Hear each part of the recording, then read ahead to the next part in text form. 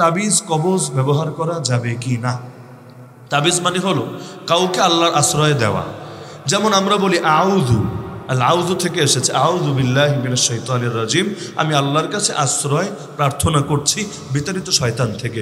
কিন্তু কোনো বাচ্চা যদি আমার কাছে ধরে নিয়ে আসে, তাহলে আমি তারে কি বলবো? আমি তো আশ্রয় চাচ্ছি না, তাকে আল্লাহর আশ্রয় দিতে চাচ্ছি। তা হাদিসে দোয়া শেখানো আছে, নবী এভাবে বলতেন ওয়াইযুকুমা, তার দুই নাতির ব্যাপারে, একজন হলে কা আর দুইজন হলে কুমা। ওয়াইযুকুমা বিকালিমাতিল্লাহি তাম্মা মিন কুল্লি শাইতানিন ওয়া হাম্মা ওয়া মিন কুল্লি আইনিন লাম্মা। তো তাওয়িজ মানে হলো, শব্দের শাব্দিক অর্থই হলো অন্যকে আল্লাহর আশ্রয় দেওয়া আর নিজে আল্লাহর কাছে আশ্রয় চাওয়া। এটাকে তাওয়িজ বলে না, এটাকে বলে আল ইস্তিআযাতু বাল আউযু। আস্তাঈযু বিল্লাহি মিনাশ শাইতানির রাজিম, আউযু বিল্লাহি মিনাশ শাইতানির রাজিম। তো এক সাহাবীর থেকে হাদিস আছে, তিনি বলেন যে আমরা নিজেরা নিয়মিতই দোয়া পড়তাম, সকালে 3 বার, সন্ধ্যায় 3 বার। কি দোয়া? বিসমিল্লাহিল্লাযী লা ইয়াদুররু মা ইসমিহি শাইউন ফিল আরদি ওয়ালা ফিস সামা ওয়া হুয়াস সামিউল আলিম। ওই আল্লাহর নামে, যে আল্লাহর নাম নিলে আসমানে বা জমিনে কোনো জিনিস কোনো ক্ষতি করতে পারে না, তিনি সব শোনেন, সব জানেন। আর আমাদের যারা বাচ্চা, ওরা তো আর পড়তে পারতো না, ছোট বাচ্চারা, আমরা এই দোয়াটা লিখে ওদের গলায় ঝুলিয়ে দিতাম, যাতে ওরাও আল্লাহর নামের বরকতে হেফাজতে থাকে। তো মূল তাওয়িজ বলতে বাংলায় বলে তাবিজ, কিন্তু মূল উচ্চারণ হলো তাওয়িজ। তাওয়িজ আইন সহকারে, একটু জটিল উচ্চারণ, তাওয়িজ। তো তাওয়িজটা এসেছে মূলত এখান থেকে। তো সাহাবীর আমল ভালো না খারাপ? সাহাবীরা কি ভুল করেন না সঠিক করেন? কারণ তাদের ব্যাপারে আল্লাহ সার্টিফিকেট দিয়েছেন রাদিয়াল্লাহু আনহুম। সুতরাং বোঝা গেল যে দোয়াগুলো নিজে পড়া যায়, এই দোয়াগুলো লিখে বাচ্চাদের গলায় যদি ঝুলিয়ে দেয়, এতেও অবশ্যই ফায়দা হয়, অথবা না লিখে যদি ফু দেয় তাতেও ফায়দা হয়। তবে তাবিজ কবজের নামে অনেক ভণ্ডামি চলে বাংলাদেশে। বাংলাদেশে ভণ্ডামি চলে না কোন জিনিসটা নিয়ে, ওইটার নাম আমারই কন, সব কিছুরে একেবারে খেয়ে ছেড়ে দিয়েছে। তো তাবিজ নিয়ে এখন এমন এমন ভণ্ডামি করে, এমন তাবিজ আমি নিজের চোখে দেখেছি, লেখা আছে ইয়া ফিরাউন, ইয়া হামান, ইয়া শয়তান। মানে বুঝেন, সাহায্য আল্লাহর কাছে চাচ্ছে না, শয়তানের কাছে, হামানের কাছে, ফেরাউনের কাছে চাচ্ছে। এই তাবিজ যে লিখেছে ও মুশরিক, আর জেনে বুঝে কেউ যদি গলায় বাঁধে ও মুশরিক। কারণ ডাকতে হবে কাকে? সাহায্য চাইতে হবে কার কাছে? আল্লাহর কাছে। শয়তানের কাছে সাহায্য চাইলে ঈমান থাকবে? সুতরাং তাওয়িজ যদি কেউ ব্যবহার করতে চান, সর্বপ্রধান শর্ত মাথায় রাখেন যে কি লিখেছে, আগে আপনাকে এটার ব্যাপারে নিশ্চিত হতে হবে। যদি কোরআনের কোনো আয়াত হয়, নবীর শেখানো কোনো হাদিসের সুন্দর দোয়া হয়, এই জাতীয় বাক্য যদি লিখে গলায় ঝুলিয়ে দেয়, নিঃসন্দেহে বৈধ হবে। কারণ সাহাবীর আমলকে অবৈধ বলার হিম্মত নাই কারো। আর যা পড়াও যায় তা লেখাও যায়, যা পড়েও ফু দেওয়া যায় তা লিখেও ব্যবহার করা যায়, এটা নিয়ে আপত্তি না।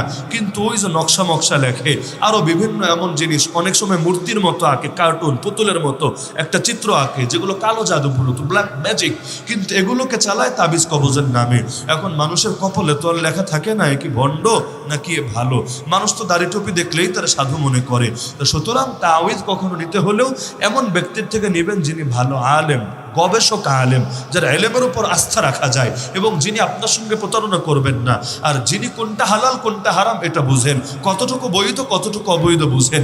এরপর আপনি এতটুকু নিশ্চিত থাকবেন, জিজ্ঞেস করবেন হুজুর এখানে কি লিখেছেন বা এটার অর্থটা কি, তাহলে আপনি নিশ্চিত হচ্ছেন যে না, এখানে ভালো কোনো দোয়া দরুদ লিখেছে। এমন যদি হয় এটাকে আমরা নাজায়েজ বলবো না। তবে ব্যাপকভাবে যেহেতু 2 নম্বরে চলে, 100-র মধ্যে আমি যদি বলি 80-90টাই ভণ্ডামি চলে, তাও মনে হয় খুব বেশি অত্যুক্তি হবে না, খুব বেশি ভুল মন্তব্য হবে না। সুতরাং আমি সাবধান করছি সকলকে যে গণহারে তাবিজ কবজকে ঢালাওভাবে প্রমোট দেওয়ার দরকার নাই, বরঞ্চ এগুলো ওলামায়ে কেরামের হাওয়ালায় রাখেন। হয়তো তাদের থেকেই নেন, ভালো আলেমদের থেকে, অথবা অন্য কারো থেকে নিলে আপনি হুজুরে গিয়ে দেখান, হুজুর এই তাবিজটা দিয়েছে, একটু দেখেন তো ঠিক আছে নাকি এখানে কোনো কুফরি কোনো শিরকি মিশানো আছে। যদি কুফরি শিরকি থাকে এটা ছিঁড়ে ফেলবেন, পরে গিয়ে ভালো মতো পাকড়াও করবেন, এলাকায় জানায় দিবেন, মসজিদে এলান করবেন, ওই ভণ্ড কবিরাজ এলাকা ছাড়া করবে।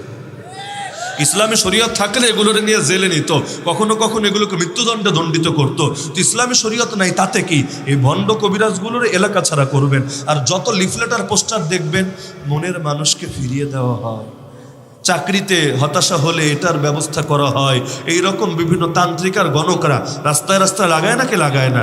এগুলোকে সামাজিকভাবে পঞ্চায়েতে যারা আছেন, ময়মুরব্বী যারা আছেন, সমাজের বিভিন্ন দায়িত্বশীল যারা আছেন, সকলে মিলে এলাকা ছাড়া করবেন। কারণ ওরাও বেঈমান, ওদের কাছে যারা যাবে ওরাও হতে পারে বেঈমান।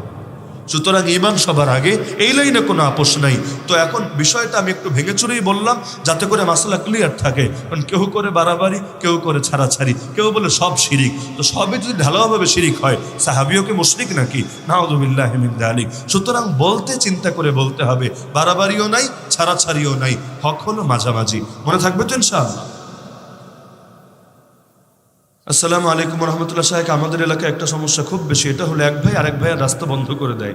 এই সমস্যাটা আমাদের এলাকায় খুব বেশি। সম্ভব হলে কিছু বলবেন। সবাই আত্মশুদ্ধির মেহনতে লাগাতে হবে আগে, ভিন্ন কোনো তরিকা নাই। এটা শুধুমাত্র আইন জারি করে আর শুধুমাত্র একদিন বয়ান দিয়ে কাজ হবে না। সবাই ইসলাহের মেহনতে লাগাতে হবে।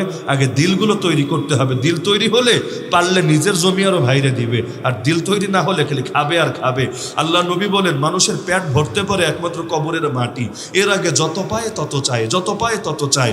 সুতরাং একদিন কবরে গেলে তো বুঝবেই, কিন্তু এর আগে বোঝাতে চাইলে দিল তৈরি করতে হবে। এর জন্য ইসলাহি মেহনত এলাকার মধ্যে ব্যাপক করতে হবে, তাহলে ইনশাআল্লাহ সমাধান হবে। এছাড়া কোনো সমাধান নাই।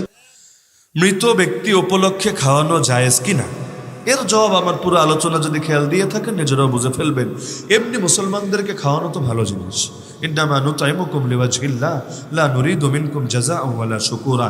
আল্লাহর জন্য যদি খাওয়ান, ইনশাআল্লাহ আল্লাহ তাআলা সর্বোচ্চ বিনিময়ে জান্নাতে দিবেন। আপনি আজকে ক্ষুধার্ত ব্যক্তিকে খাওয়াবেন, জান্নাতে আল্লাহ আপনাকে এর বিনিময়ে জান্নাতি খাবার আর সারাবান তহুরা খাওয়াবেন। কিন্তু কোনো জিনিসকে নির্দিষ্ট জায়গায় নিয়ে প্রয়োগ করতে হলে এর জন্য আলাদা দলিল লাগে, এটা মাথায় রাখবেন।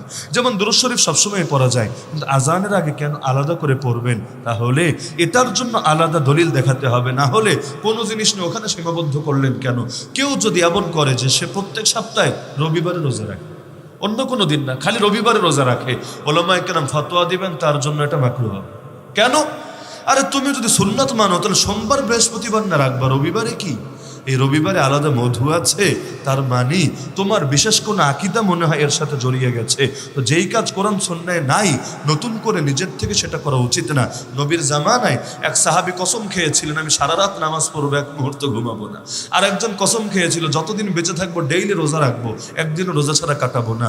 আমরা হলে কি বলতাম? মাশাআল্লাহ, মারহাবা, নারায়ে তাকবীর, আল্লাহু আকবার, আমরা হলে বলতাম। কিন্তু আরেকজন বলেছিল, আমি সারা জীবন বিয়ে করব না, চিরকুমার হয়ে থাকবো, তাহলে ইবাদত বন্দেগী বেশি বেশি করতে পারবো।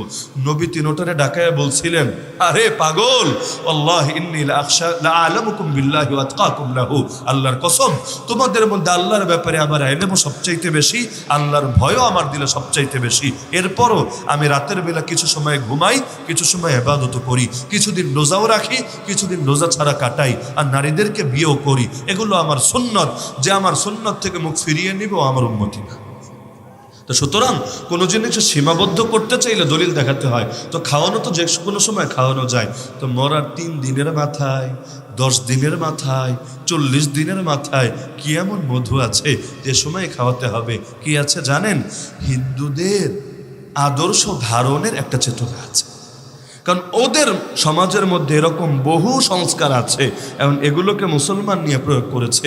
যদি এটা ভালোই হতো, নবী কেন করলেন না? সাহাবীরা কেন করলেন না? তাবেঈরা কেন করলেন না? তাবেঈরা কেন করলেন না? খাওয়াবেন, সারা জীবন বসে খাওয়ান, কিন্তু নির্দিষ্ট দিনক্ষণ দিয়ে এটাকে ওই নিয়তে খাওয়ানোর দরকারটা আপনার কি পড়েছে? তার মানে যতটা না খাওয়ানোর নিয়ত, তার চাইতে বেশি সামাজিকতা রক্ষার নিয়ত। বাস্তবতা এটাই। আমার লোকে কেউ চ্যালেঞ্জে আসলে আমি চ্যালেঞ্জ গ্রহণেও রাজি আছি, যে যতটা না ইবাদতের নিয়ত, তার চাইতে বেশি দেখানো বা সামাজিকতা রক্ষা করার নিয়ত। এখানে সামাজিকতার প্রসঙ্গ না থাকলে করতো না, বরং সে থেকে বিরত থাকতো। সুতরাং কেউ যদি মারা যায় 3 দিন পর, 10 দিন পর, 40 দিন পর, এই জাতীয় প্রথাগুলো পালন করবেন না।